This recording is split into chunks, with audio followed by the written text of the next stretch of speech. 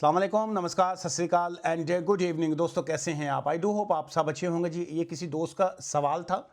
उन्होंने कहा है जी कि उनका जो स्किल्ड वर्कर वीज़ा है has been cancelled while they are outside the country जो है। सो एक्चुअली इनके साथ हुआ क्या है कि ये स्किल्ड वर्कर वीज़ा पे होंगे और आउटसाइड द कंट्री होंगे, और उनके जो एम्प्लॉयर हैं, जो भी इनकी सिचुएशन उनके साथ हुई होगी, उन्होंने इनकी गैर मौजूदगी का शायद फ़ायदा उठाते हुए होम ऑफिस को इन्फॉर्म किया होगा और इनको जो है इनका वीज़ा कैंसिल करवा दिया। बहुत से लोगों की इस तरह की चीज़ें होती रहती हैं। उसकी वजह क्या होती है कि बाज़ का एम्प्लॉयर की बदनीति जिसको कहते हैं, बैड इंटेंशन जो होती है वो शामिल होती है। उसके माइंड में ये होता है कि उसका एम्प्लॉई जो है वो आउटसाइड दी कंट्री है और इससे पहले कि वो वापस आ जाए इसका हम वीज़ा ही कैंसिल करवा देते हैं ताकि वो ना रहेगा बांस से ना बजेगी बांसुरी। सो ये बेटर है कि ये वापस ही ना आ सके और हम इसका वीज़ा कैंसिल करवा देते हैं। सो ये अनफॉर्चुनेटली ये मोस्ट केसेस में वहाँ पे होता है जहाँ पे किसी ने जो है ये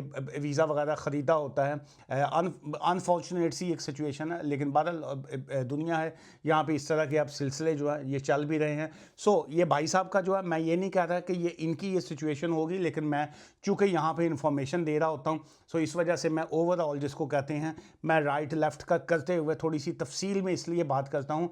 पॉसिबिलिटी है कि जो इनके सर्कमस्टांसिस हैं वो हो सकता है आपके वैसे ना हो, लेकिन आपकी सिमिलर सिचुएशन हो। सो इन शॉर्ट ये है कि अगर कोई शख्स जो है उसके पास स्किल्ड वर्कर वीज़ा है और वो आउटसाइड द कंट्री जो है वो गया हुआ है और पीछे से एम्प्लॉयर ने आपका जो वीज़ा है उसको कर्टेल करवा दिया है, कैंसिल करवा दिया है, और आपको होम ऑफिस की तरफ से जो है वो 60 डेज़ का नोटिस आ गया है, तो फिर आप ऐसी सिचुएशन में क्या कर सकते हैं? इनका आगे फर्दर सवाल था कि क्या he can travel back to UK within 60 days, जो है क्या वो 60 दिन के अंदर यूके वापस आ सकते हैं? देखिए, अब कानूनी तौर पे इस तरह की पोजीशन में ये है, ज़ाहिर है आप एक जेंटलमैन हैं, आपकी एक जॉब चल रही थी, आप आउटसाइड दी कंट्री आप एम्प्लॉयर को बता के गया कि मैं हॉलीडे पे जा रहा हूँ, या जो भी सिचुएशन थी, बाज़ का तो खैर वो लोग बता के भी नहीं जाते और पीछे से बाज़ का मालिक जो है वो गुस्से में आके भी वीज़ा कैंसिल करवा देता है।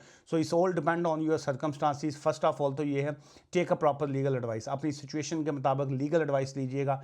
And the second thing is, अगर आपके पास किसी के पास जो है 60 डेज़ का वैलिड वीज़ा होता है, सो आपको what you need to do, immediate basis के ऊपर you have to come back, travel कीजिए, वापस आइए। पॉसिबिलिटी है कि आपको एयरपोर्ट के ऊपर जो है आते हुए वो स्टॉप कर सकते हैं, आपसे पूछेंगे कि आपका तो वीज़ा कर्टेल है, तो ऑब्वियसली आपके पास लीगल राइट है कि चूँकि सो फार आपका वीज़ा वैलिड है, आपको एंट्री दी जाए, और उसके बाद जो है ऑब्वियसली आप जो है एम्प्लॉयर के ख़िलाफ़ केस फाइल करेंगे, आप एम्प्लॉयमेंट ट्राइब्यूनल में उसके ख़िलाफ़ केस फाइल कर सकते हैं।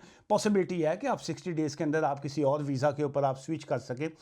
पॉसिबिलिटी है कि आपके पास कोई नया कॉस हो, आपने 60 दिन के अंदर यूके में वापस आएंगे तो आप नए वीज़ा पे स्विच कर सकेंगे। So there are too many things जो हैं जो कुड बी इन्वॉल्व।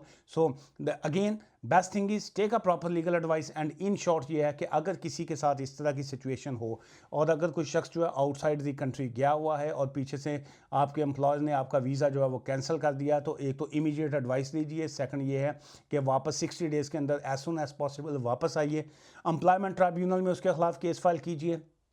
सेकंड ये है कि आप अपना वीज़ा जो है वो स्विच भी कर सकते हैं, और अदरवाइज़ जो है मे बी आपके सर्कमस्टांसिस ऐसे हों, मे बी आप मॉडर्न स्लेवरी के विक्टिम हैं, मे बी आपको कोई आपके मामलात हैं। सो इसलिए इस ऑल डिपेंड्स ऑन हर बंदे के सर्कमस्टांसिस के ऊपर। दुआ में याद रखिएगा, take care, bye for now. और आखिरी बात इस वीडियो के रिलेटेड वो ये है कि अगर आपका इस तरह की अगेन सिचुएशन, मैं बार बार एडवाइस का इसलिए कहता हूँ कि बहुत से लोग जो हैं ये वीडियोस के कमेंट्स या बाकियों के ऊपर रिलाई करके आगे अपनी लाइफ को स्पॉइल मत किया करें। मेरे पास आना चाहें, यू आर मोस्ट वेलकम।